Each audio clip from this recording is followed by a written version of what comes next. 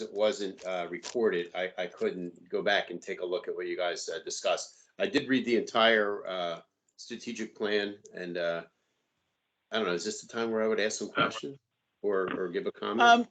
I think it's yeah, I think it's just general, feedback at this point. I'm sort of torn, Stuart. I've typically worked with companies that, are billion, 5 billion, $10 billion developing a strategic plan. We're not talking about this here. We're talking about a community, a homeowners association, and that really hasn't had a strategic plan in I don't know how many years. So Right. I have to. I feel like I can't push too hard. Um, there is a plan. There's a 50-page plan. Is it perfect? No. Could it be improved? Yes. How much and what are the priorities? I will tell you right now, Stuart, I got back to Linda, you might have saw it. I said, still no financials, still no numbers. How are you going to measure success? And that was, and John, when I met with them personally, that he got it. He said, yeah, you're right. It's like, I have to do that. So that was one thing that was missing. There's no, even if it's rough numbers, what do the next 3 to 5 years look like? That should be part of it. But yeah, it's time to, this is open discussion. I think we left 20-25 minutes for this. This is the bulk of the meeting. Okay, then I don't know that the metric for measuring success is just a financial metric. I think it's a satisfaction metric garnered by the people that live in town. What is their satisfaction level? I have to tell you, I knocked on about 1,000 doors campaigning for the board. And I'll tell you, there was one topic that everybody, the majority of folks, had the biggest issue with and needed something done to fix it. And that was membership at the pools, where if you join the pools for the season, it's $340. If you buy the beach parking, it's another $140. So for $480, you got swim club membership in the parking. But the family is only actually counted as the family that lives with you here in Ocean Pines. I think that's an issue because if Jenny, if you have any kids that come down here that have children, they want to go to the pool. If you Yeah. have like, yeah, if you have your son comes down with his wife and 3 kids, guess what? It's $50 a day to go to the pool if you don't buy like a weekly pass. And it's like, Yeah. I think that the membership should cover the immediate family, give it like 5 or 6 members. And I think you'd actually increase membership purchases by doing that, thereby increasing satisfaction level. And I think that's another metric. And I know a lot of the strategic plans that you've dealt with, the large corporations measured their success rate by financial return on what was out there. But I think that this is something bigger because we live here and it's measured by satisfaction levels. I would agree with that. We've been here for what 7 or 8 years now, and we use the pool more when you had the card, and we put money on the card every year, and and so we had something that we could take the grandkids could go to the pool, but basically it wouldn't make sense for us to buy a pool membership. My wife and I aren't going to go to the pool very often, and I've always thought that the beach parking was much higher than it ought to be. I mean, it discouraged us. We finally stopped paying for the beach parking because we found that we maybe went 3 or 4 times a year and it wasn't justified. So we just drive somebody over, drop them off, and then they call and we pick them up. So I have a question here. So this is Becky. I think the discussion's wonderful. I would frame it in our recommended goals because as a committee, we're functioning around those 5 goals. So as we discuss pool membership, and I will tell you, it is an issue. I mean, my husband's recuperating from a rotator cuff surgery and he wants to get in the pool, and we're looking at each other and we're saying this current framework's just not cost effective. Where else can we go?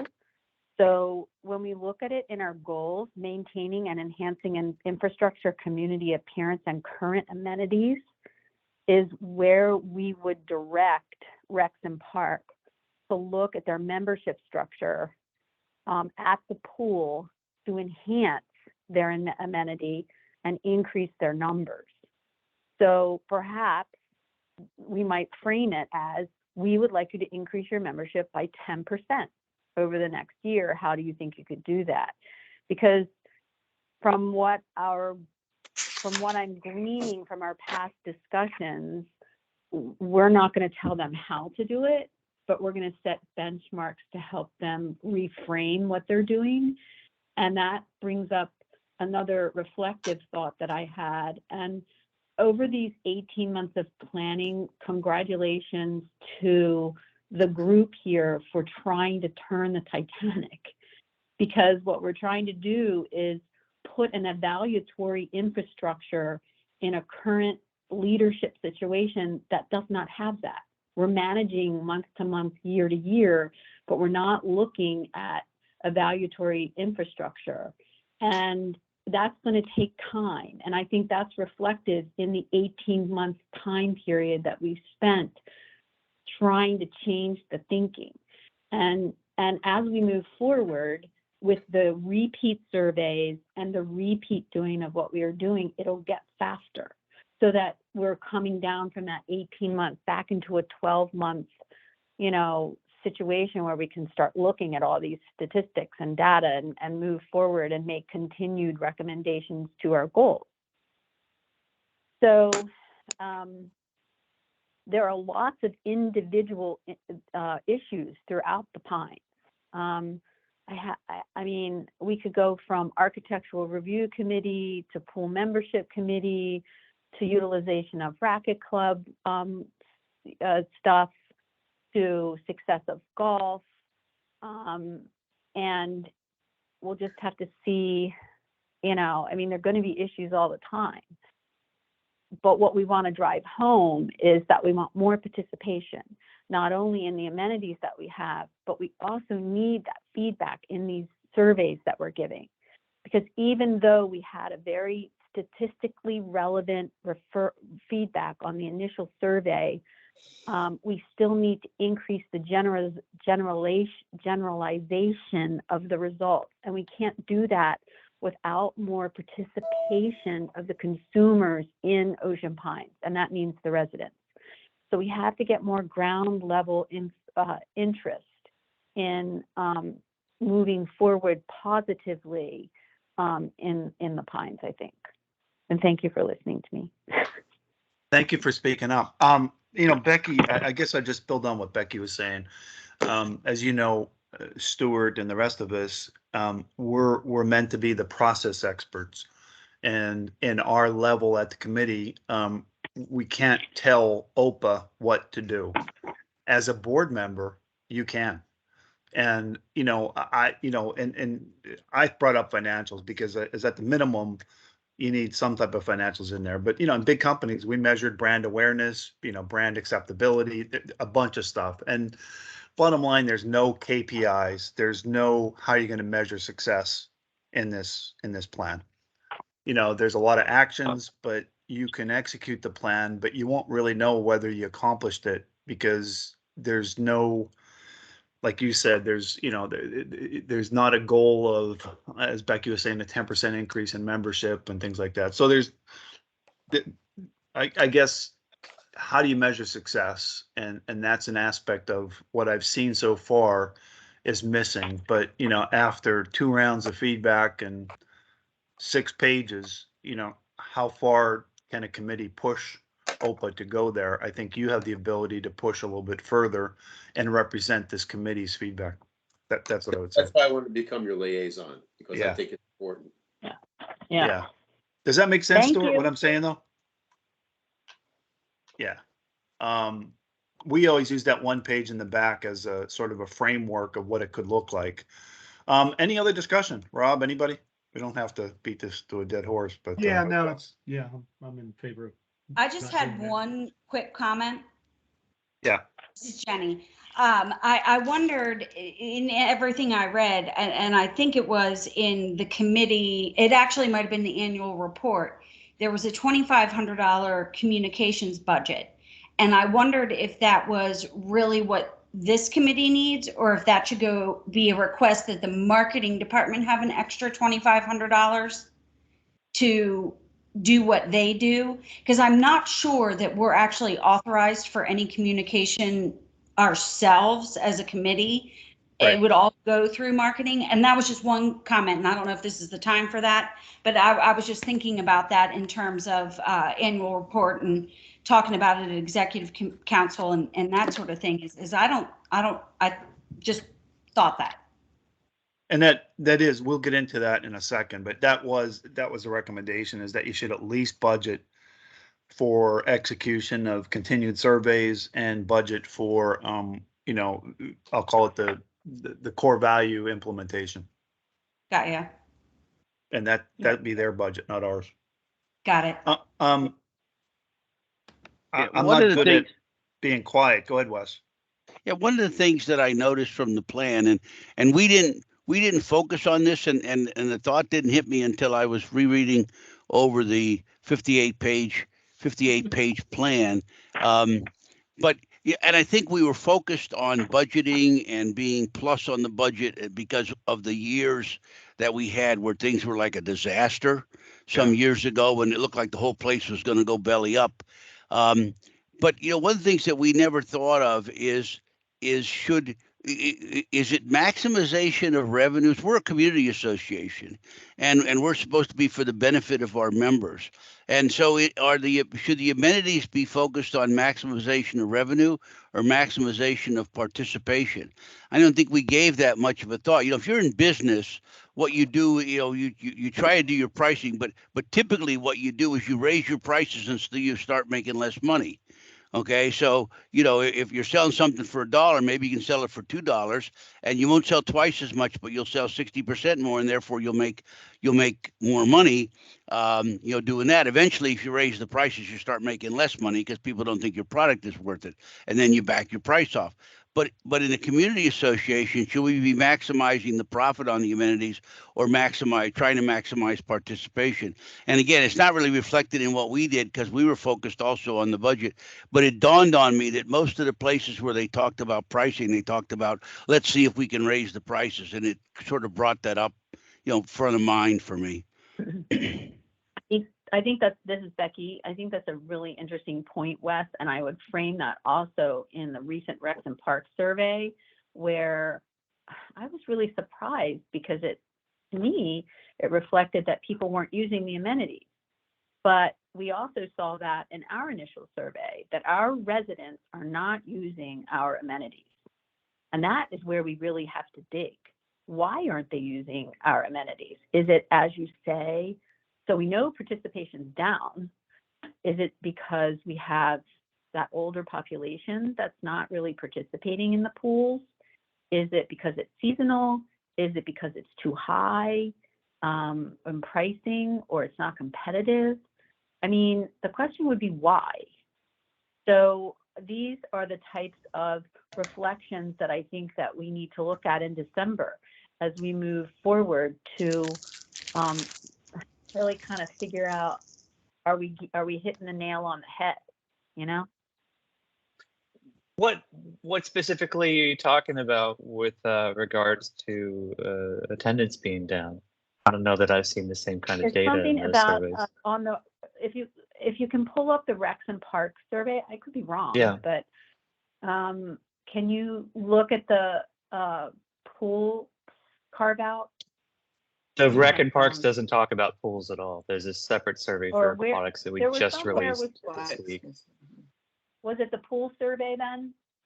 There was some survey. We haven't released the- results of that yet. That was just released on Monday. To me, the takeaway from the Rec and Well, then I Parks might is that be people are reading using the parks passively more than using. Many more people said they're getting walking, hiking, biking enjoyment of the parks than are taking part in specific programs. But then the rec survey isn't measuring the racket center, which is busy, or the pools, which are very busy. Yeah, I would just, Okay, well then say maybe I'm off there.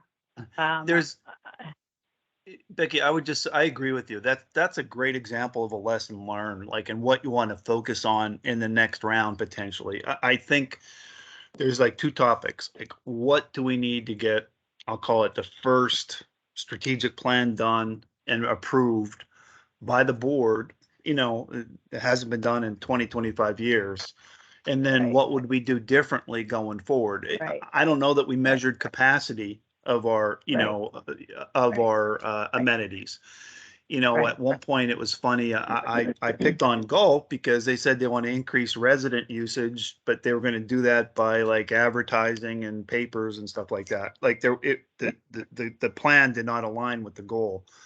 So I think Right. there's some things like that that at this point, other than feeding information to Stuart of what our major concerns are for this round of the plan, you know, we're probably limited as far as going back and saying, oh, we didn't mention this. And to your point, also, Wes, there is that balance. I mean, um, off the record, when I talk to John, it's like they do try to run Ocean Pines Where like you a business. are on the recording right now. I please, know, off but the record again. yeah, Just- it's that balance of not making money. It's a balance between, as Stuart said, customer satisfaction and I'll call it breaking even with amenities. So it's not like you could spend millions and millions of dollars on new pools. You have limited budget because you can't be increasing your rates that much. So John talked about balance one time, and it's something that stuck with me. He does have a balancing act to do. He can't spend $1 million on community improvement, even though that's what people want, because it's not in the budget. You have to spend what you can to improve the Right. community. Right. And we have a population that's money sensitive. You know, if you recall, there, well, you will recall, obviously, all the controversy about the golf course. You know, is it costing us money? And I don't play golf. I'm some old guy. I mean, I play myself personally, but I'm talking about the people in the community saying, I don't play golf. Why should I be subsidizing those who do? So there is a lot of sentiment in the community for Right. not subsidizing the people that use the amenities, as opposed to having the amenities really economically viable and available to as many members as possible. Another good point, Wes, this is Becky again, because we also recognize that we have a lack of understanding among the residents in Ocean Pines as to how the issues are influenced.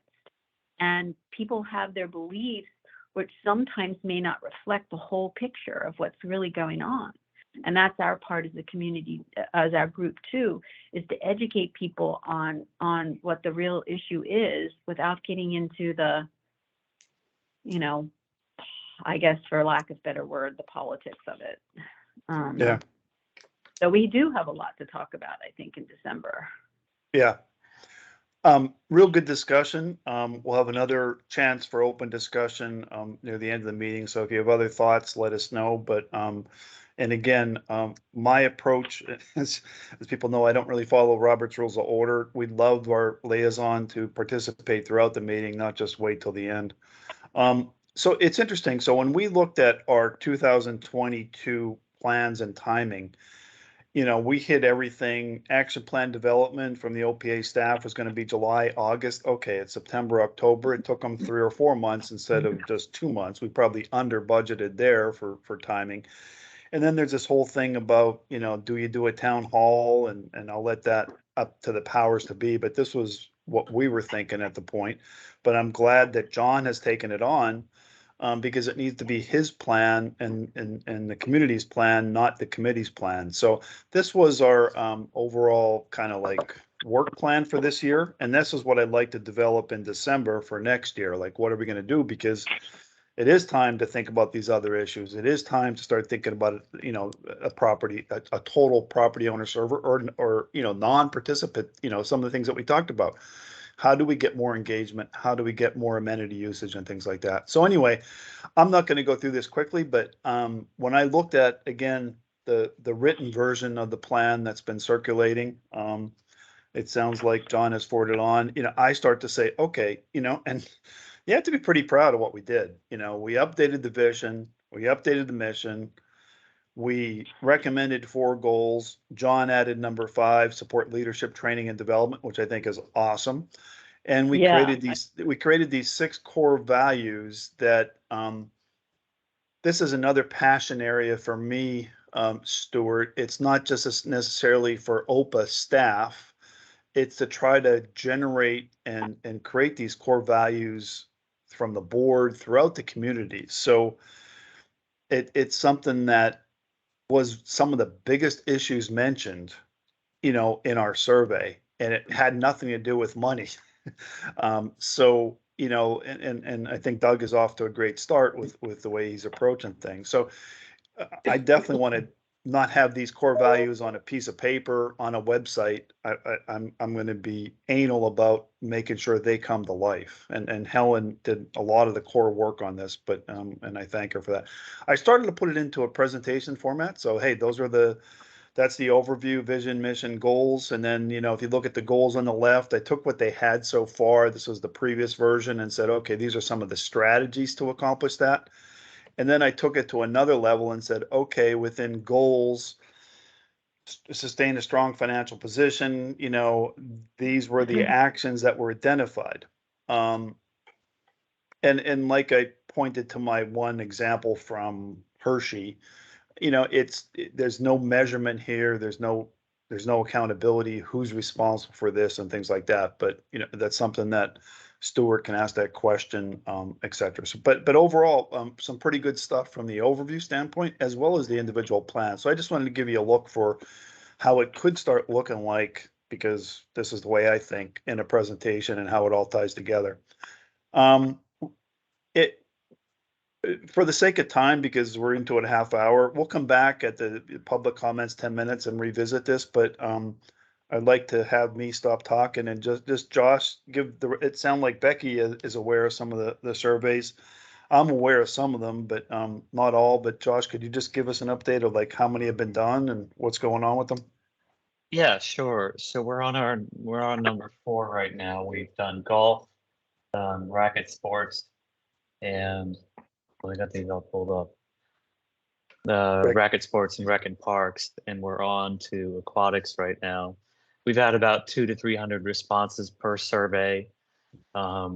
These are communicated on the website, in the weekly e-blast emails. They're on social media. And there are also signs posted on the amenity doors with a QR code, so you can just scan it like that and take the survey that way. So we also have handouts, I believe, at each amenity when those go live. So far, the satisfaction has been pretty good. We've copied a lot of what you guys laid the groundwork for. The first 3 or 4 questions are demographics directly pulled from the strategic planning survey. And then we've had scale of 1 to 5 satisfaction on different things. Generally, we're in the 3 to 4 range, which we consider good. Yep. The rec survey has had the highest grade so far. We've got a lot of 4s on rec. And I was telling Bernie, my takeaway from that is that people get a lot of use as these passive parks in Ocean Pines. There's a lot of walking, biking, and hiking. There's a desire for some more of that. So maybe that's something we look into. And it's also kind of reinforced things we already know. People want more of a robust pro shop at racket sports, for instance. That's something that came out there. So I believe we're going to continue with this. It's in my personal goals and objectives to continue with this. I have a draft of a food and beverage survey. I have a draft of a communications survey to see how my department's doing. And I believe it's something we're going to try and do annually and make it part of the budget process. I'll just jump in, and I think, I put it in the annual report that I'm just thrilled that Josh has taken this on. It's more workload for him, but it does. And again, you learn by doing. Our survey was good. We had good participation. Yeah. In hindsight, we might have done things slightly different, asked a couple different questions, and I think Josh is learning the same thing. But he's taken our framework and kind of wording in that and applied it to all the amenities. And if nothing else, you're creating a benchmark for what the customer satisfaction is as of 2022. And it will allow you to look at priorities. It's like, when we looked at this, just as an example, aquatics appears to have the lowest customer satisfaction, or the average overall is 3.7. Aquatics has a 3.0. What is driving the lower satisfaction? What can we do to improve that? And again, it's the same thing. if communications is 4.2 and communications came out high in our survey, what can you do to get to a 4.4? Can you even get any better? So it's some good work, and I know, Becky, you were passionate about these customer satisfaction surveys. I think overall, and to really get it down to that amenity or function level, I think is awesome. Any other Um, areas the committee would like us to consider? We've done major amenities. What else would you recommend we look at going forward? How about if we use our survey at the very beginning to answer that question? So if we look at data. Yeah, that's fair. Should we do something about, or something with an environmental or architectural or community appearance or aesthetic piece? But where in our original survey, what would we look at as our piece of data to justify that next survey? And it's easy to go amenity by amenity because they're there, right? And I don't have the old survey in front of me, so I just can't. And maybe pinpoint that. look at priorities that were, identified, Right. maintenance and infrastructure, so Right. work from there. Yeah. Right. What about administrative things like processes? I want to put a shed in my yard. How did the process go? Mhm. I don't think there's been much along the lines of administrative. I want to join the club, but how do I go about doing that? So it could be, there could be an administrative survey. I've been trying to, have you been successful in learning the things you need to figure out kind of stuff? Mhm. I like That could help you figure out how to improve communications in terms of where do you go for this? Do I Yeah. know who to contact? Yeah, that kind of thing. Yeah. And that's part I of the also draft think- of the communication survey that I have put together. Yeah, So yeah, we'll see yeah. how that Okay. goes. Yeah. I also think that piece, right, Jen and Josh, and everyone, sort of connects to this customer satisfaction, unsatisfactory, whatever, dissatisfaction place in belief and attitude. And the more perhaps people have a chance to respond in this way might also increase the responses to the survey, which I think we really, really have to do. And as people are being heard, maybe they'll chime in more, you know what I mean? Hey, Yes. Bernie and the rest of the group, does it make sense to try and educate through this survey, or do you collect data and then educate later? For example, when I was working on a draft of the communications, I want to gauge people's take on the info at Ocean Pines and then the weekly email. Is it overkill to put a link to sign up for the weekly email in the survey? Is that something you follow up on later if that's a need? Is there a way to do both? That's something I didn't know. That's interesting. I'd have to think So- about it. Yeah. Yeah. I mean, I was on the fence too. yeah, in teaching marketing research, there's this issue of confidentiality where you don't Yeah. want to know what the Oh, individual. fair. Pardon The me? other thing too Yeah. is that when you're doing research and you're collecting data, you have to be careful not to get to impose the answer of what you Yeah. think might be good Mhm. Yeah. until you get the data and review it. So I mean, it's different when you put in a link that is already widely publicized, because you're not introducing a new concept or idea into the survey that you're doing to try to get information that will point you in a different way, because that is called implicit bias. You're thinking that this might be the answer, whereas your numbers might tell you something different. So I would put a link in there, but I put a link in there that is already out there, that really isn't external influencer that would influence answers otherwise. Okay. I Yeah. kind of agree with you, Becky, because I think as much as one of the things we hear a lot of is about technical competence. So if you've got something that you can have them, if they've made it to that point in the survey and are not signed up for the newsletter, if they have to take 3 more steps when they finish the survey to go sign up for the newsletter, it's not going to happen. So I think it would be mutually beneficial to have a link there without having to take an extra step, as long as it isn't going to screw them up in the process of completing the survey.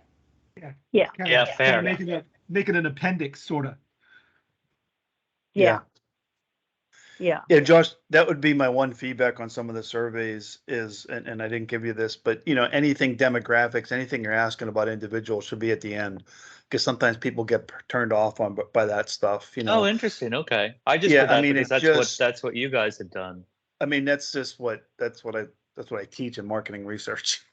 Yeah. Okay. Is it true? Yeah. I mean, if the first question asked is how old am I? It's like, maybe I don't want to participate in that.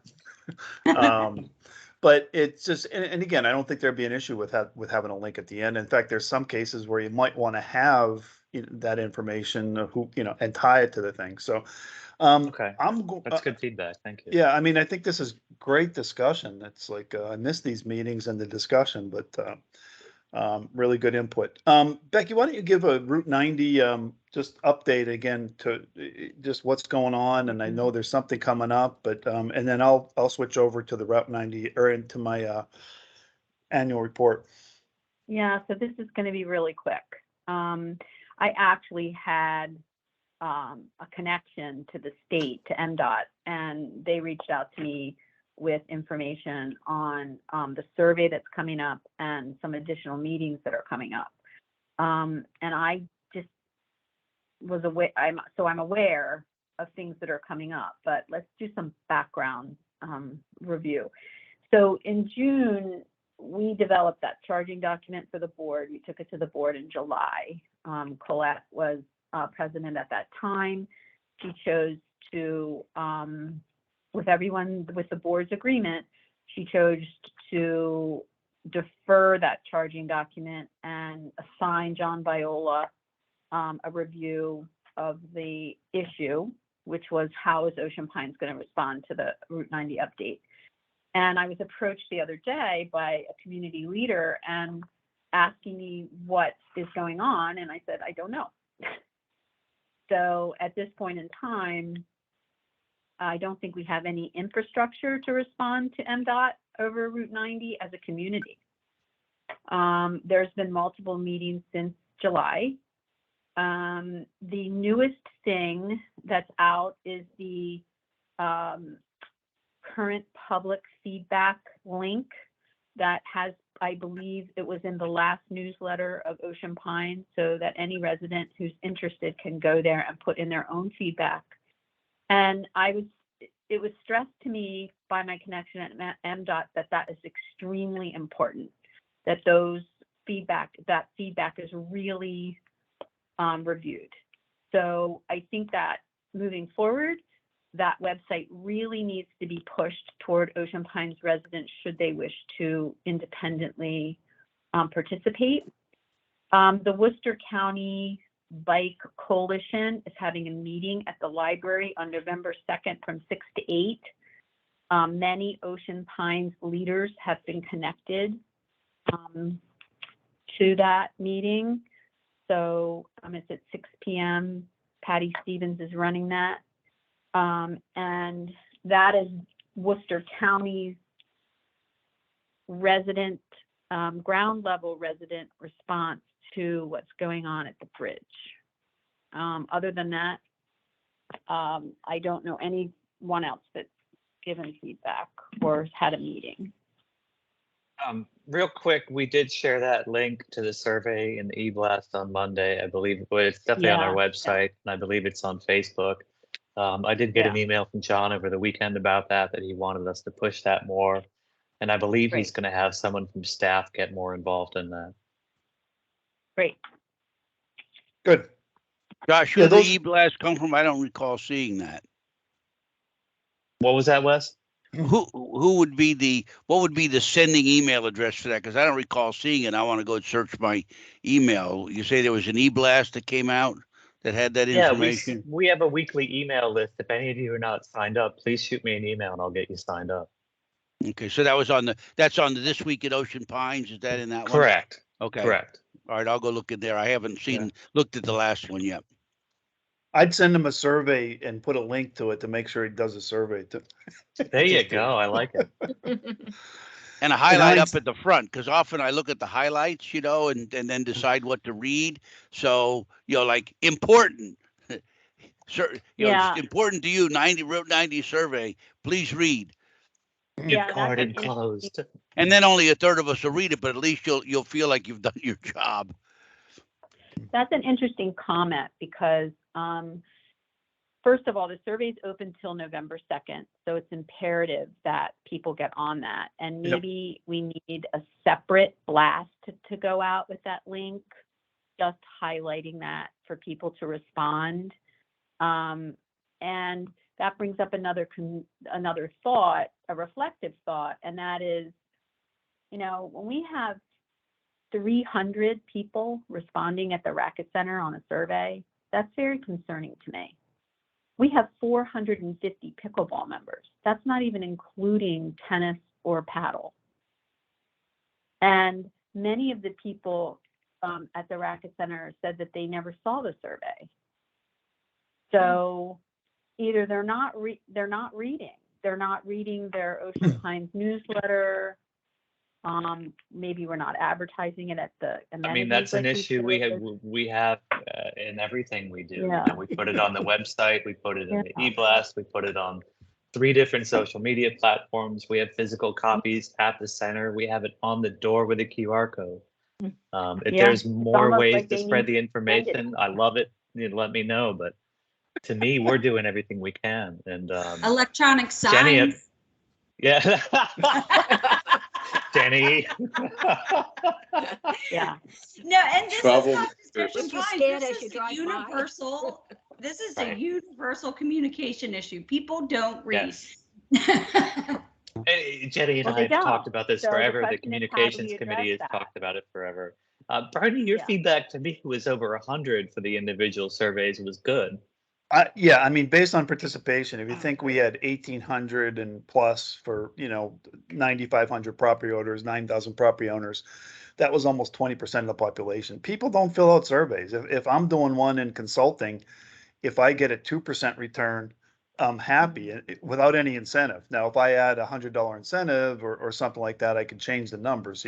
There are things that you can do, but I was just interested how you're going to answer Becky, because what else could you do? You put QR codes out, you put signs locally, you did this, so You literally have to, right. And the other thing people we're doing say, is we're engaging with the committees for each survey too. So the Racket Right. Sports survey ran through the Racket Sports Committee and the amenity director. Same thing with aquatics, same thing with golf, same thing with rec and parks. So we engaged the committee too, and we asked them to send it out to the people they know in their own membership. So if there's more we can do. The ongoing So problem with engagement it is another December thing. Engagement is another December concept Yes. that we need to Yep. talk about. Absolutely. Yeah, you're right, Becky. But I mean, I think 200 to 300 out of, say 600 to 800. I mean, you're getting that's a pretty good representation with a relatively small degree of error. So, but I agree. I mean, it's frustrating, Becky, when it's frustrating for Josh when you do all this stuff. It was frustrating for our committee. Oh, I actually was pretty proud of the results that we got. If you think of, we didn't do hard copy ballots, whatever surveys. We did them on request and we still got almost 1,900 responses. So I think, we did a good job, but we probably communicated for a 2 to 3 month period as well. But anyway. The thing about that is, though, it's the people that are already engaged that are completing the surveys. Yes. So, Exactly. and that's the thing is while, yes, you are getting a representation, a cross section, it's the folks who are already engaged. And you can tell that by reading the things that people, post in various places it's the folks who aren't engaged that don't know the answers, and they're not completing surveys or following committees or reading anything in the paper. They're just not engaged. Yeah. And Bottom line, this is my concern. If we're going to use percentage of data to drive initiatives and goals and make major decisions based on that data, we need to be sure that that data can be generalized to the larger population. And when we have a statistical result in a sample, and the sample is, let's just say 1,800 of our initial survey, you can generalize the results to that sample. You cannot really generalize the results to the entire community. right. That's why and that's a research knowledge principle. Yeah. So that is something that we really have to look at from that engagement piece. And yes, we've tried everything, but we don't want to lose sight of the fact that we still got to push forward to figure out how we're going to get these people involved. And that points to, I think, Bernie, where Bernie, you say you're going to drive home that core value. And I totally agree with that, because the more core value belief that people have in the community, the more esprit de corps you will develop. And Yes. the more people will care about their community because they feel cared for. And I think that's really what we need to foster in the Pines, is that we care for each other and that we have a great community, and we have to reflect that attitude. Really good discussion. I captured that, and I'm taking better notes than I usually do. But that whole idea of engagement or non-participation, there's a different way to get around that, whether it's focus groups or it maybe having to, and maybe I need to change the, maybe there's some money we need to budget in for some research for non-participation, because that's what you have to get at. You have to get to those people that aren't participating and ask them why not, and what can we do to get them to participate. So maybe you have to pay them to get their input on that, but that is a task that we'll be tackling in our next section. Hey, just real quickly, if anybody has feedback on the, already Jenny, you gave me a little bit of feedback to clarify what we're asking for, but if I was looking at this annual report, I would say, number one, it looks like there's 4 people that are up for renewing in the next year. Helen, Becky, Rob, and Jenny. Terms are up next year, their first term. So I might be bugging you guys to see if you're looking at upping it again or not. Otherwise, we'll have a pretty big transition. And then as I look at this, what we did last year, we did a lot of work. We busted our buns, through July. Thanks a lot to you though, Bernie, which I Well, think it was. we should also acknowledge. Yeah. Thank you. But I mean, it wasn't, I guess a lesson learned for me was it's not something like you get something done and it's blessed. You schedule a board meeting, it takes 6 weeks to schedule it. You get their feedback, you respond to their feedback, and it gets approved. So, it's something that we'll probably have to start we have to start this process again, even though this hasn't been finally blessed yet. But I mean, we did a lot of work in the first 6 to 8 months, and maybe that's why I feel like it's such a slowdown recently. So we should all be proud of all this stuff that we did as a committee. I put in stuff, what are the problems, but I turned around and said, we're happy that the GM jumped in and got engaged and got his staff really engaged. And then we love in the customer satisfaction surveys, but I'll modify what we're asking for I make sure that we're looking at the budget and making sure they're building in at least that much, if not more, for research for non-participation. And I'll definitely include some of the attachments of the key documents. But rather than get into that now, we'll just kind of wrap up. I think the only thing on the discussion or on the agenda was open discussion. So I'll open it up for discussion at this point. I just wanted to make a comment from the very beginning about the new strategic plan. Although it didn't include the financials, some information we may have been looking for. If you compare the first one, for example, aquatics, and then this current one, there were specific goals for each year identified. It was a lot more specific. So they did make some changes which I kind of was always looking for. What are you going to do in 23, 24, Yeah. 25, 26? Although, measuring it, as you said, it's not there. Yeah. There was just one comment I want to make. Did anybody really take a look at that MD90 survey? I'm sorry, Stuart, I You guys- didn't catch your comment. I did not yet. Did anybody really take a look at the Yes, I MD90 completed, survey? I completed the survey. All right, let me ask you a question. When you got to the design concepts, Yeah. did it get a little confusing to be able to figure it out Yeah. to fill out the survey? Yes. What Yeah, are we and talking I I about? don't think think- it's a really good survey, to be honest with you. Yeah, Yeah. I apologize. And I think, You have to go, Rob. and I think that, No, I apologize. I missed Stuart's opening comment. It broke up a little bit. Oh. What survey are we talking about here? The Route The 90 survey. MD90 survey. Oh, okay. All right. I got you. I I think have that not. that Confusing is when they a, got to the- I'm sorry, go ahead, I'm sorry. this is Becky. I think that that is a great comment, Stuart, to put in the comment section at the end of the survey. And that's what I did. I said, it takes a was lot horrible. of discernment to be able to understand what you are talking about. So the frustration level that people could experience throughout the survey will decrease the response to the survey. So that's people- part of, yeah, I mean, that's part of the comment Mhm. section for sure. I'm sorry, But what survey that's is what they put- this? The M.90 The survey. MD90, Okay. the Oh, Route gotcha. 90 survey Got that you. they had out. Josh sent it out in the mail. First, you had to click Yeah. 3 or 4 links to actually get to the survey.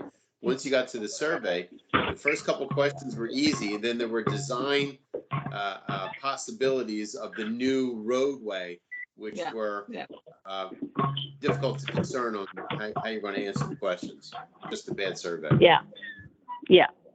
I But see that a that- lot. And, and Yeah. I didn't understand that until I taught it. But yeah, I get a lot of surveys and like, who's your research company? Because they don't know what they're doing. But, that's terrible. I mean, but that's a shame. Do you think, here's a question for you, Stuart. Do you think the board or the community is engaged enough in this process, the Route 90 potential over the next 3 to 5 years? I'll be honest with you. The people that are engaged stay engaged. The people that are not engaged, some full-time people. I'll tell you, again, going back to when I was campaigning and knocking on doors, I would say 90% of the folks that I spoke to had no clue about what goes on in town. We're only talking about 10% of the people that pay, maybe 10% of the people that pay attention to anything we do. They just know they pay their assessment. They don't feel like they're getting their money's worth. And they bitch and people sometimes just bitch and complain, but they don't pick up and take an action. Yeah. The whole idea is to get involved, but a lot of people just are apathetic. If you can increase involvement by 5 or 10%, you've done a lion's share of work. That's just my thing. Yeah. The only time we have a hot button issue, if you think back years ago, Wes, you've been here for years, when there was a hot button topic on the board level, you'd have 100, 125 people show up for a board meeting. Now, I mean, we changed it to put it back on Saturdays so that we'd have more engagement. We have a coffee and donuts thing. We're having 60, 70 people a month show up for our meetings now and to engage, which I think is a huge outreach. And that was kind of the reason we did that. But if strategic planning, communications, and Josh's public relations can increase public awareness, that in and of itself might increase participation. That's just my thoughts. Yeah, and it's hard to do. We're all familiar with the 80-20 rule, and the 80-20 rule is really alive and well. So when you get 20% feedback like we got on our survey, that really is That's tremendous because you almost don't get that. The problem is that with the 80-20 rule, you got the same issue that 80% of your complaints come from 20% of the population, but it's often not the same 20%. So that's part of the difficulty. But I don't know. There's not a whole bunch that you can do about that. But I think that at least you do get from like the survey, you know, even though it's only 20% of the people, as long as you get a representative sample, and I think we did get a fairly representative sample of the people in the different demographics, I think you can extrapolate. You know, you can extrapolate from it. That doesn't mean that you're going to get complaints about. You're not going to get complaints about what you do from the people that maybe didn't bother to speak up. That, as you pointed out, Stuart, that's one of the problems that, you know, a lot of people don't want to get engaged, but they sure want to complain about, you know, the stuff that they didn't get engaged about. So I don't know that we could be down on anything because of that. I think that's just the nature of the world. Yeah, it's not unique. What's to the Ocean take-home Pines, message it's an you want me to age-old- take back to the age-old problem. I'm sorry? Oh, It's okay. not that's not unique to Ocean Pines. It's Oh, an yeah. Yeah. age-old problem. Hey, Community we'll get it easy, but we're now big. yeah, we'll continue our discussion, but if anybody has to drop off, I thank you Yeah. all for participating. I do have to go. Appreciate the help, and I'll be sending out the notes and be thinking about lessons learned and plans for 2023, I guess it is, yeah, 2023. So those are the two follow-ups that we'll be thinking about for next meeting. A couple of them came up today, but I know a number of you have to jump off, but let's continue this conversation. Everybody have a great weekend. Okay, I'm gonna thanks, go. Rob. This thing, Bob, See take care. ya. Yeah. And they moved my call a half an hour, so I'm good. Okay. So Stuart, so, you know, Josh, if you're on yet, like one of the things when we talk about customer satisfaction, and it sounded like John had this idea, but the oceanpines.org, you know, people that respond to that, is there a way to measure customer satisfaction for that? Were they happy with the timing of the response? Were they happy with the outcome? Because it you know, hey, God bless John for implementing that. You know, it's a great process. Anybody has a complaint, you know, they either call this number or whatever. But I wonder if we're getting a sense of people are happy with that response. That's just a minor comment. That is something that I have in the communications survey, Bernie. Okay, good. How many people are using Info at Ocean Pines? How many people are using the general line, and what their rating 1 to 5 is in it? There are actually 4 separate questions. Yeah. Do you use Info at Ocean Pines for general questions? Do you use the general information line? And then what's your satisfaction level with each? Yeah. Hey, listen, I've used it and I've gotten an answer back within a day, sometimes the same day. And that's usually Linda Martin. She is awesome. Yeah, they jump right on it. Yeah. So that That's an example of positive communications that can go back to the community too. Yeah. It's like, hey, whatever. So that's good. Stuart, And that you was asked a big problem we had before, where people Yeah. weren't getting their calls and emails returned. So we really, Yeah. John wanted that focused Yeah. on, and to his credit and staff's credit, we've done that. Stuart, you asked the question, what's the message to take back to the board? I guess my overall message is, and you know, how do you measure success? You know, how are you going to know that you accomplished the strategic plan? What are the key metrics over the next 3 years? And that could be things like we're going to complete all the what do you call them? All the, not the drainage, but we're going to, you know, they have some of it in the individual plans, but I mean, just in general metrics, particularly from an overall standpoint, you know, okay, you're going to improve community appearance. What does that mean? Like, that's just a statement at that point. You could say, hey, I, you know, planted a couple of trees, I improve the appearance, but 20% of the bulkheads will be Yeah. completed by, yeah, you know, 20% of drainage will be completed by, Yeah.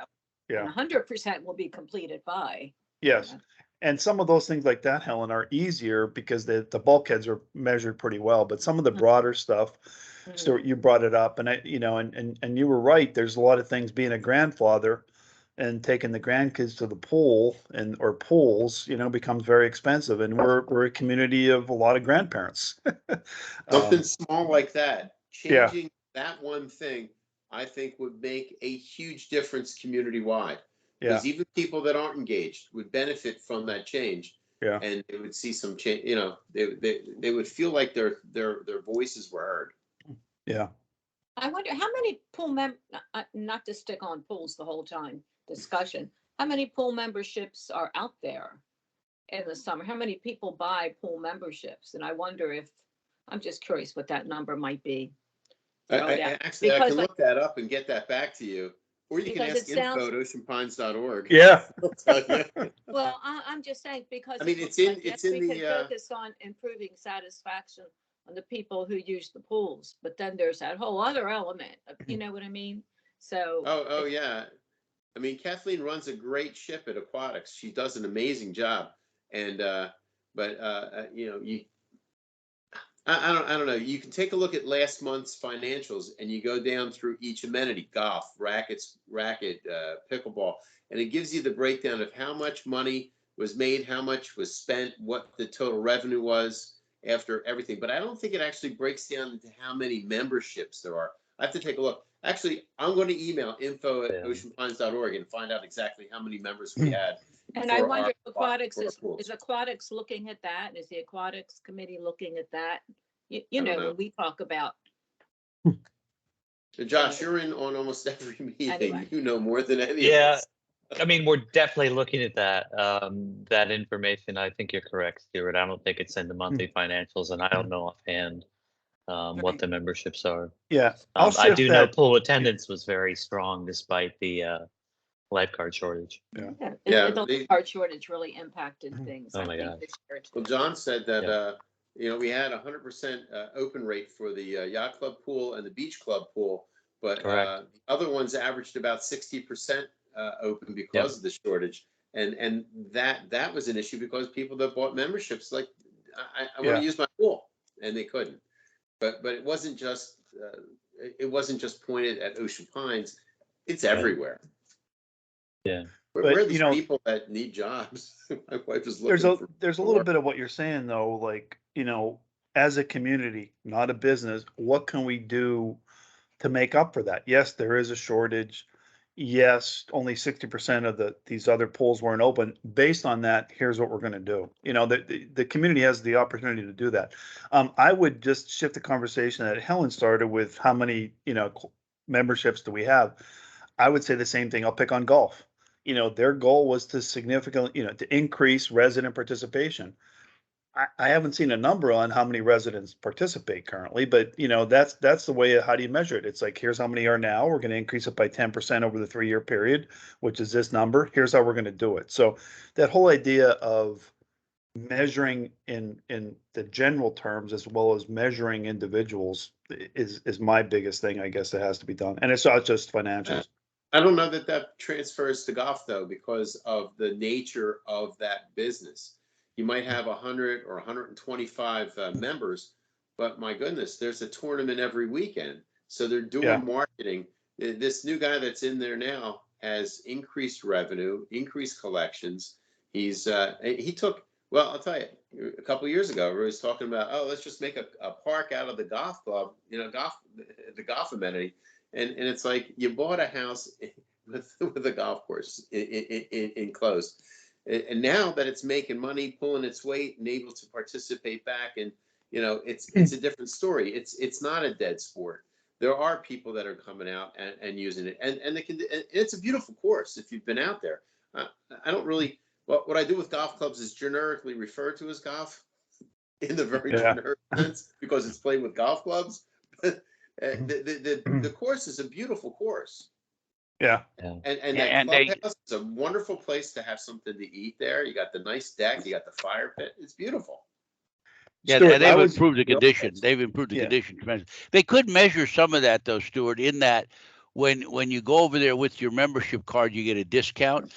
And it would be interesting if they have an ability electronically to gather that statistic, because that would you could really tell the resident rounds year over year, because the residents come and you get that discount, and it would reflect in the data if they have the ability to capture it. That would be interesting data. Or more residents playing, and of course on memberships, that's a direct, you know, it's an easy direct membership. Or do we have, you know, more members? I suspect they have significantly more members of the course, and then you would know demographically where those members were from. You could capture that data as well. I wonder if North Star has the ability to get that, Josh. Do you know? You have a clue? I believe so. We've been able to pull all kinds of things like that lately, and that's something we're talking about. And honestly, it's a system we're still learning what it can do. So problems. Stuart, I was not I was not picking, I mean, I guess I was picking on golf, but it was really tied to the process. Their number one goal initially was increased resident participation in golf. Had nothing to do with profits. It, there was maintenance goals too separately, but it was increased resident participation. But I had no idea how many residents participate, nor how they were gonna, it was more like, how are you gonna do that? And I always look at what the racket facility does, free lessons and all this stuff. What the and the new Golf Pro is awesome. I've taken lessons from him over at River Run, and he's just really awesome. So I think you're gonna see some improvements. But under the previous thing, yeah, we had a great junior golf program. We did a lot of things, but did they ever offer like adult beginner lessons or a free trial?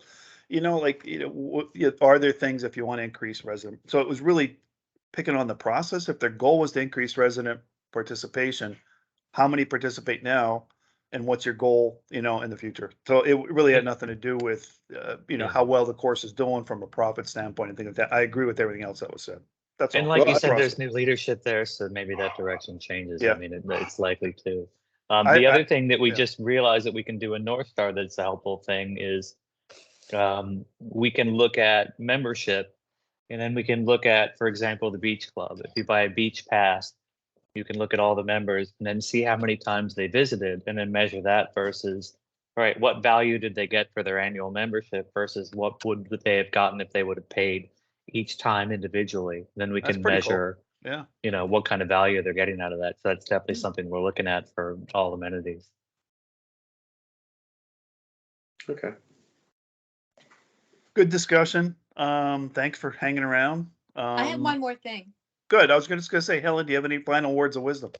No wisdom, but something for just something for Josh. I was thinking about the QR codes and all the surveys. What Yeah. about can you get them at the yacht club or at the clubhouse, like on their menus or at the table or something, so people are sitting there? Maybe Good there's, idea. especially and anytime, especially maybe too when you do the food and beverage survey. Yeah, absolutely. When we do that, I don't know about the menus because we're doing these in like 3-week cycles. I don't know how often they print Yeah. menus, but stamped on putting the the table, surveys. on the table. Yeah, You can do like business it's cards. not a bad idea, really. Yeah. What was that, Stuart? And Stuart, that was a minor point of feedback that I had given is in the contract, it requires Matthew Ort to do an annual survey. Okay. But we saw with the Route 90 survey, maybe it's not a great survey. Do we let them do it or do we do it? Or is it collaboration? But, to make sure that the survey is done properly, to make sure we're measuring things that we want to measure. Yeah, they're doing a bang up job. Are people happy with the quality of the food? Are they happy with all those other things? So they probably are, but, it's a question of who should do that. And it's probably a collaboration more than anything to make sure we get the right questions asked in the right way. So. Well, with that, I'm going to go back to babysitting grandkids that have been screaming in the background as the F-18s were flying over from the Naval Air Station here. Sorry about all the background noise.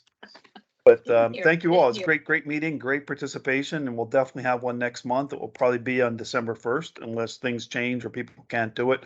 If anybody has any other feedback on the annual report, other people are on other committees and might have some feedback. So if you have a minute, please let me know if there's other things we should be asking for or recommending. And thank you all for your participation. Josh, thank you as always for all your help. Okay. Yep. Guys, have a great day. Good to see everybody. Take care. Bye-bye.